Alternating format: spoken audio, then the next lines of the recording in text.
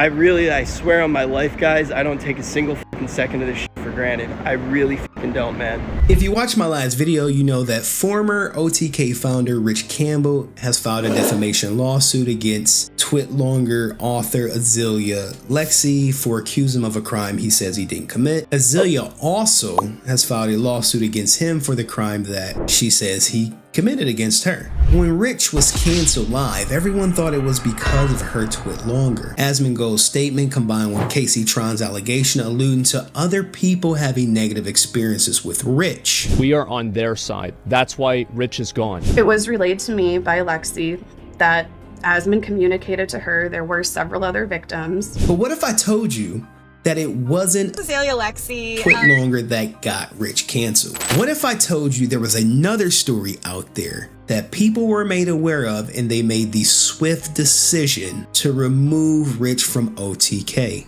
What could Rich have done for this woman to tell him, I don't want to hang out again on November 25th, 2021? A story that she told OTK that she's also shared with me, and today you will get her full story. I understand trust but verify makes sense. Everybody deserves to get their side of the story out, but whenever you just automatically discredit one side, you're not looking for two sides, you're looking for the other side. Asmongold is right. All sides of the story should be told. Even if I have my own personal beliefs about a situation and I get evidence that contradicts my personal beliefs, I am obligated to share it with the audience for you guys to make your own decision. Jane Doe's story started with my video. She watched it. Then I get a message saying he's guilty. But this message is not from some random person. This message is from someone who I've spoken to in the past before. And anytime I ask them when they give me privileged information, can I make it public? Yes, but keep my name out of it. I quickly respond to her. How do you know? She says, personal experience. Quickly fire back. Did it happen to you? I won't make this public unless you want me to make this public. I don't think I feel comfortable sharing my story publicly, but I already told OK when this went down. I instantly realize right here and there that I am talking to one of the people who communicated with OTK about their experience with Rich. But I had no idea that her story would be the contributing factor, in my opinion, as to why Rich Campbell was removed from OTK. We had Rich resign from the org. I assure her I won't share her identity. When the victim shared her story, whom I have no connection with, I saw a lot of similarities to my own experience and his behavior, and believe he's guilty. My brain is still processing. I'm a little bit in disbelief because me and this person always had a very professional relationship. I tell her, if this lawsuit moves forward, you may get named in the lawsuit. Azealia already knows my story and gave her lawyer my contact info, so if it's relevant for me to be involved, I would do it to back her claims. But otherwise, I don't want to be in public drama or take away from the other victims. Now she's aware of the stakes and sends me another message. I found these texts from Rich. The only thing I'm missing is the call where I told him if he came over, I don't want to have sex 5 times, and he promised he wouldn't try anything. Right now, her story is sounding almost word for word, beat from beat like Azealia's, but there is something different here, something very different. At this point, she shared all the information with me, but she has never gave me permission to post it. Before I can even ask her, I might be open to sharing anonymously, but I need to think about it. I think I mostly just don't want to have any Twitlonger or allegations directly linked to my socials, but I do want to back up her claims. Take your time. Whatever you choose, I respect it. Sleep on it. Now, at this point, I'm going in pre-production about the real reason why Asmongold doesn't want to talk about soft giving. I haven't talked about the big thing that there's a lawsuit about. Did anybody else yet? We know? Yeah, big f***ing surprise, guys. Jesus. Rest assured, after it's over, I will have something to say. I'm looking up everything. Then the next morning, I get a message. I'm okay with you sharing it anonymously. Before we get to her story, let's flash back, right? Who is Rich Campbell? By the time Azealia's Twitlonger come out, Rich has already established himself as someone in the Twitch community for being promiscuous, sleeping around with probably, you know, some of your favorite streamers. You mean how to be you being with Mercy? Shut up, you can't say that on my stream. You can't just talk about that. Wait, no, you beam. Oh. Dude, how would you be with both of them now?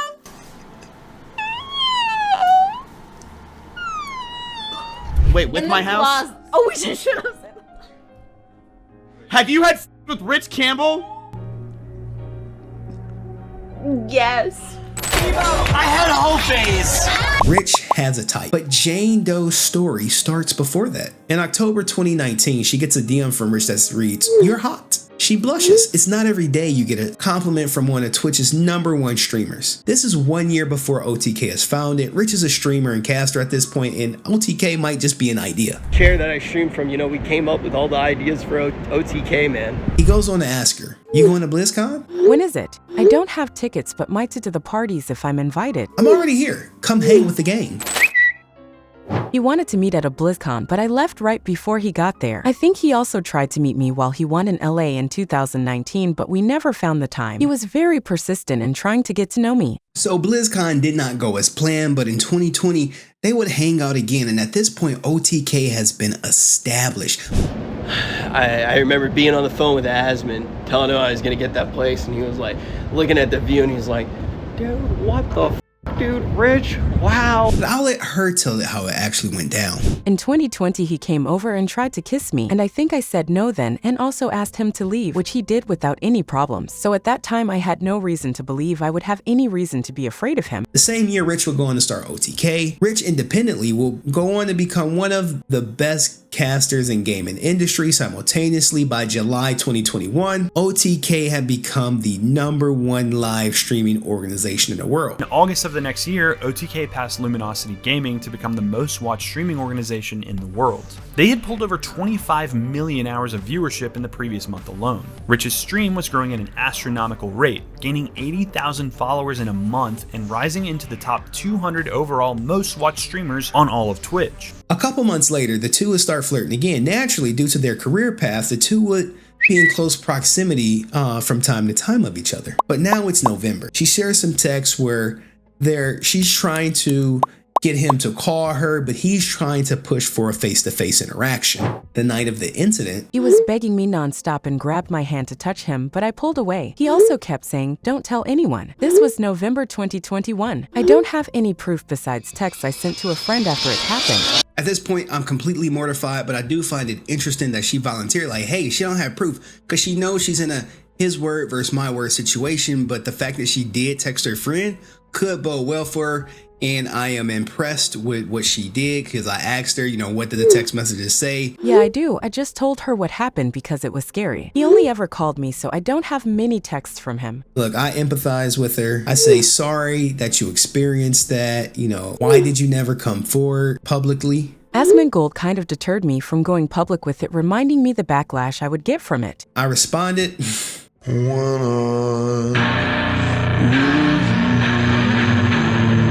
now, how convenient, right? But I don't want to push the envelope. I don't want to go down that route. She goes on to show me that she communicated with OTK, and it goes as follows. On November 25th, 2021, Rich asked to come over to talk. I told him I wasn't going to hook up with him if he did and made him promise. When he got there, he was so pushed and was begging me to have He made me grab his unit over his pants. I kept telling him I was not interested and made him order an Uber home. He kept trying to cancel it. I literally had to push him out the door while he was trying to kiss me. It was extremely gross and violating. He has no regard for boundaries. I fully believe her based on the behavior he's shown me. Rich told me I couldn't tell anyone because he would get in trouble. I don't feel comfortable going public with this though, but I hope it at least backs up her claims a little. She then provided me with a text message that Rich sent her later on the next day, which basically is him just trying to see her again. She tells me Rich was at her house from 30 to 45 minutes. Now, the former investigator me is like, well, look, Uber would probably have these records, right? Maybe if you want to corroborate her story, you reach out to your subpoena Uber, obviously, to see if you can see what time he was dropped off versus what time he was picked up. If it lines up with her story, then I don't know. We continue talking, but I needed more context. I was just like, here's what I sent her. Okay, so you wanted to hang out with him in a friend capacity or romantic capacity. What was the overall nature of your relationship with Rich? I'm only asking for context purposes, guys. I'm not trying to, act like I don't believe her, but I want to see the whole story, if you will. She sends me over this long message. He texted me at like 3 a.m. asking to hang out and insisted on coming over, then called me. I told him it was late and he was like, I promise I'll leave by 4, I just want to talk you, and kept saying we could hang out the next day later, but eventually I agreed as long as he promised to leave by 4 and that he wouldn't try to have sex with me or anything. I said it multiple times and he promised. Then he came over, we talked for a few minutes, and eventually I asked him to call his Uber. He did, but then grabbed my wrist and pulled me back onto the couch and started to kiss me. I kept pushing him off, saying that's not why he's here, and I didn't want to, and he grabbed my hand and made me touch his. He was on top of me, pinning me down. I kept reminding him the Uber was almost here and he had to go, but he was begging me to let him cancel it, saying he would tip the Uber driver $100, and I said no. I put my hand on his neck to push him off of me and then walked to the door. He kept kissing me nonstop, even to where I was pushing him on the front door while closing it in his face. It wasn't SA in my opinion, but if I didn't have the ability to stick up for myself, it probably would have happened. I'm reading this like, God damn, he sounds like a monster based on her claims. But look, I was blown away by her story, but it was still like, I still had a brewing question. And you know, when you have someone reliving something so traumatic, you don't want to push them too much, but I'm like, she's in the moment. She's, you know, she's proven before that capable of answering questions. Let me ask this one last question. I know no one is ever probably thinking to ask her this, but the person in me was like, well, I have to know. So I asked her, have you and Rich ever had sex or done anything sexual prior? No, never. The most was ever kissed. Now, at this point, I'm relieved because at first I'm like, you know, another former lover, but this seems like someone he was trying to sleep with who never got around to sealing the deal. At the end of the day, I'm like, well, you know, what do you hope to gain from this? She says, I hope it inspires other women to come forward, maybe to me, maybe to someone, but to tell their story. So what do you think? Do you believe her? Is there a question I should have asked? Is there something else you want to know? This person, I can probably easily do a follow-up part 2. If you guys think there's something that she may have left out. But, you know, she said it's not SA, but, you know, forcing someone to touch you has to be against the law in some type of capacity. I can't imagine it's not. But let me know in the comments section. I'll see you in the next video. Peace. Rich, wow, dude. Fucking made it, dude. Wow, dude. Rich, dude. I remember every single fucking second, man.